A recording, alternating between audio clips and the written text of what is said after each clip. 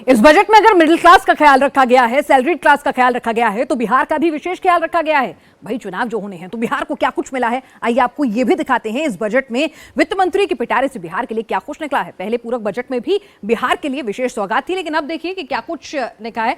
Madhubani art की साड़ी में budget पेश किया था वित्त मंत्री ने, और पद्म पुरस्कार के सम्मानित दुलारी देवी ने उनको गिफ्ट की थी, और बजट में बिहार को सबसे ज्यादा सौगातें भी मिली हैं। तो आज सुबह जब उनका परिधान था, वही अपने आप में मैसेज दे रहा था कि भाई चुनाव है और उनकी साड़ी और बिहार के कलाकार का कनेक्शन। और उसके बाद जब उन्होंने अनाउंसमेंट शुरू करी तो उनके पिटारे से बिहार के लिए काफी कुछ निकलता चला गया। आपको बता दें कि मधुबनी आर्ट की बनी हुई साड़ी में बजट पेश किया था। पद्म पुरस्कार से सम्मानित दुलारी देवी ने यह साड़ी उनको गिफ्ट की थी और उनसे अनुरोध किया था कि जब आप बजट पेश करें तो इसी साड़ी में ये बजट आप पेश करिएगा। तो बजट में बिहार को किस तरह की सौगात जो है यहां पर मिली है, बिहार के आईआईटी के अपलिफ्टमेंट की बात की गई है, मखाने को लेकर वहां पर किस तरह से फर्दर रिसर्च उसको डेवलप किया जाएगा, ये बातें वहां पर कही गई हैं। और बुद्ध सर्किट जो है खासतौर से वो डेवलप किया जाएगा, जहां जहां पर बुद्ध से जुड़े हुए जो तमाम बिहार में क्षेत्र हैं उनका अपलिफ्टमेंट, उनका कनेक्टिविटी जो है वो की जाएगी। आइए आपको बताते हैं कि क्या कुछ यहां पर बिहार के लिए और सौगातें आई हैं। राष्ट्रीय मखाना बोर्ड बनेगा, जो हमने आपको बताया। घोषणा नंबर 2 है, पटना एयरपोर्ट का एक्सटेंशन होगा, मिथिलांचल किसानों को विशेष फायदा होगा, वेस्टर्न कोसी कैनाल प्रोजेक्ट होगा, बुद्ध से जुड़े हुए स्थलों को विकसित किया जाएगा, और आईआईटी पटना में हॉस्टल खुलेगा, आईआईटी पटना का अपलिफ्टमेंट होगा। तो देखिए कि बिहार को बम्पर सौगातें जो हैं आपको इस बजट में मिलती हुई नजर आ रही है। राष्ट्रीय मखाना बोर्ड बन रहा है, उसके अलावा आप देखिए कि पटना एयरपोर्ट का एक्सटेंशन हो रहा है, 3 नए ग्रीन फील्ड एयरपोर्ट बन रहे हैं, और वेस्टर्न कोसी कैनाल प्रोजेक्ट भी स्पेशली डेवलप हो रहा है। जब जब बजट आते हैं देश के किसी ना किसी कोने में चुनाव होते ही रहते हैं। ऐसे में इसी सोच के साथ, इसी सोच के लिए हम लोग वन नेशन वन इलेक्शन का हम लोग जिक्र कर रहे हैं। अगर इतना ही विपक्ष को ऐतराज है, क्योंकि अगली बार भी जब कहीं पे चुनाव होंगे, जब बजट आएगा तो कहीं ना कहीं चुनाव हो ही रहे होंगे, फिर ये बोलेंगे कि उस राज्य का ध्यान रखने के लिए इस बजट को लाया गया, तो माइट एज वेल सपोर्ट ना, आप वन नेशन वन इलेक्शन का फिर आप समर्थन कर दें विपक्ष को। वंस एंड फॉर ऑल ये खत्म ही हो जाएगी डिबेट कि ये बजट एक राज्य को ल्योर करने के लिए या इलेक्शन को मद्देनजर रखते हुए बजट लाया गया। चलिए, तो चिराग पासवान कह रहे हैं अगर आपको लगता है बिहार के चुनावों को देखकर बजट लाया गया तो वन नेशन वन इलेक्शन का समर्थन कर दीजिए। डिप्टी सीएम बिहार के, लाजिमी सी बात है, खुश होंगे इन घोषणाओं से। क्या कुछ कह रहे हैं सम्राट चौधरी, जरा वो भी सुन लीजिए। बिहार में मखाना बोर्ड का निर्माण करने का निर्णय भारत सरकार ने लिया, इसके लिए क्योंकि इससे तेजी से आधुनिकता के साथ जो किसान इससे जुड़े हुए हैं उनके विकास के लिए ये बोर्ड काम करता रहेगा। इसके साथ साथ राष्ट्रीय खाद्य प्रौद्योगिकी संस्थान की भी स्थापना का निर्णय भारत सरकार ने लिया है। हम उसके लिए भी आदरणीय प्रधानमंत्री जी का विशेष तौर पर धन्यवाद देना चाहते हैं। और सरकार की ऐसी योजना ही क्या जो विपक्ष को पसंद आ जाए, तो बजट लाजमी था, तेजस्वी के गले से नहीं उतरा, उन्होंने इसे जुमला बजट करार दिया। बिहार को हमेशा से मोदी सरकार ने ठगने का काम किया है, डबल इंजन की सरकार ने ठगने का काम किया है। विशेष पैकेज की बात तो कहीं नहीं, विशेष राज्य का दर्जा पता नहीं अब मिलेगा कि नहीं मिलेगा, इन्होंने तो पहले ही मना कर दिया। लेकिन चुनाव में तो बहुत ऊंची ऊंची बातें की जाती है, बड़ी बड़ी बातें की जाती है, जुमलेबाजी होती है।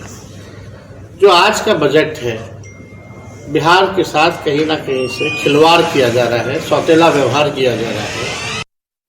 तो पहले मधुबनी आर्ट से बनी हुई साड़ी, उसके बाद मखाना बोर्ड का ऐलान, बुद्ध से जुड़े हुए तमाम प्लेसेस का upliftment, airport expansion, IIT expansion, ये तमाम जो सौगातें हैं बिहार को क्यों दी गई हैं, क्यों विशेष फोकस रखा गया है, आइए आपको ये भी समझाते हैं।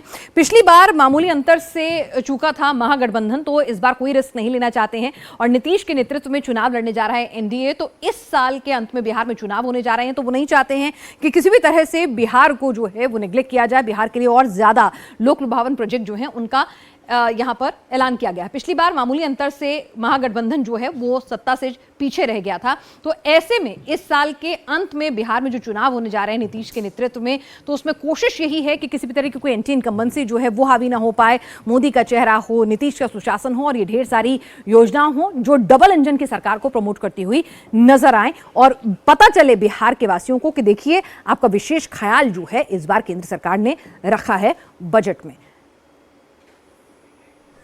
बिहार अपोजिशन का काम ही है, मत जाइए चुनाव लड़ने बिहार में। कहाँ के लिए जाइएगा बिहार में चुनाव लड़ने? तो बिहार में का तो सब हो गया खत्म। बिहार भी इस राज्य का, इस देश का हिस्सा है ना, तो बिहार इस देश का हिस्सा है। तो बिहार को इस देश का हिस्सा है, तो बिहार को अगर मिला तो इसमें क्या चिल्पा मचाने की जरूरत है। बिहार में IIT का विस्तार की घोषणा हुई है, हवाई अड्डे, ग्रीनफील्ड हवाई अड्डे के निर्माण की बात हुई है, फूड प्रोसेसिंग की ट्रेनिंग सेंटर और उसके प्रोसेसिंग यूनिट की घोषणा हुई है।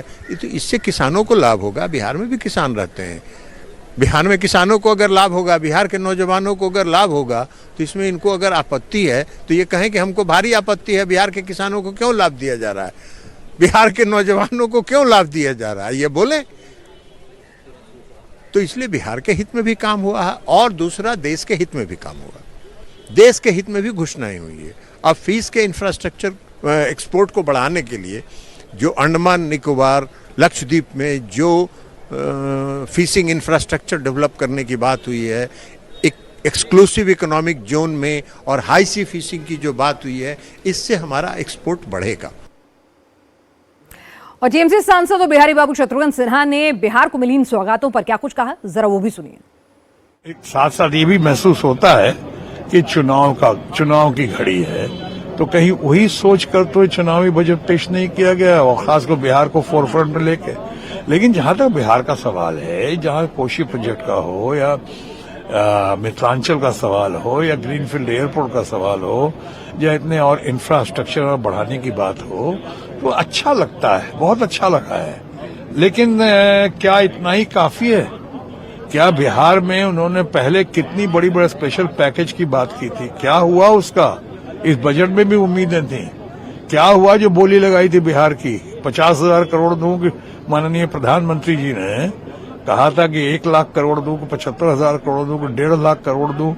क्या हो गया उसका? उसके बदले उसकी तुलना में, स्पेशल पैकेज इन बातों की तुलना में ये बजट का ये जो लोक लुभावना बजट बिहार को देख के पेश किया गया है, वो मुझे लॉलीपॉप समान दिखता है उसकी तुलना।